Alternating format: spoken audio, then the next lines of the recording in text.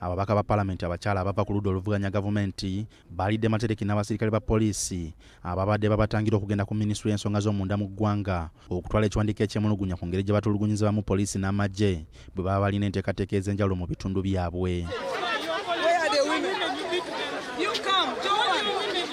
Because these police officers and the RDCs have been violating our rights. They've been violating our rights and you want to show... Ababaka poliisi abekiseera ekyaddiridde kubasikaasika ku kifuba okubayingiza mu kabangalizaayo wabula ababaka abakyala bano bagezezaako okwerwanako olw'amaanyi poliisi gye yabadde ekozesa.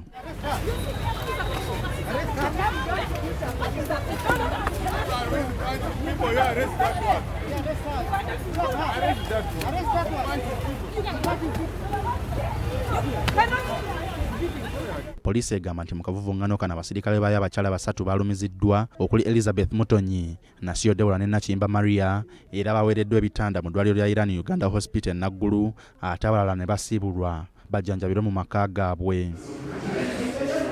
Olwaleero abakulu mu poliisi okuli omuduumizi wa poliisi mu Kampala Stephen Tanui balambudde abasirikale bano era babawaddeyo n'akasente kabayambeko mu kufuna obujjanjabi.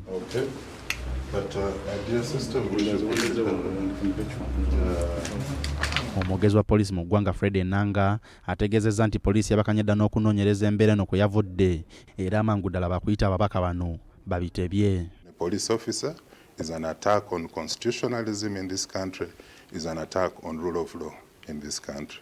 So today the IGP has sent us. They are still admitted since yesterday.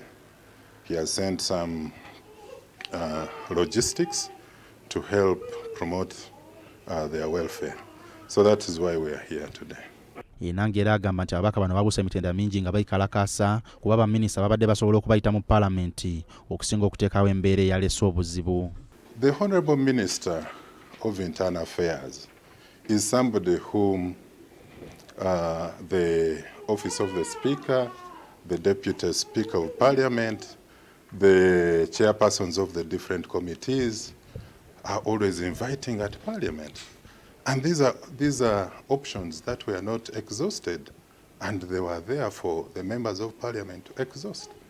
Enanga avumiridde ebikola bino wabula n'agumya abasirikale abakoseddwa nti gino gye gimu ku misanvu n'okusoomoozebwa kwe basanga nga bakola ogwabwe. Officers whom you see here are 3 out of the 5 who got injuries.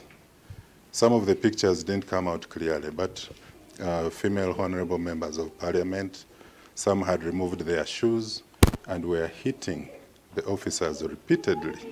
Others were throwing punches. Abakulembeze abatali bamu okuli ne Katikkiro Charles Peter Mayiga bavumiridde obusiiwuufu bw'empisa obwayoleseddwa abasirikale bano era ne basaba babavunaanyizibwako okukangavvulwa wabula okusinziira ku poliisi abasirikale babadde bakola mirimu gyabwe era ababaka abaatulugunyiziddwa be bagenda okuvunaana.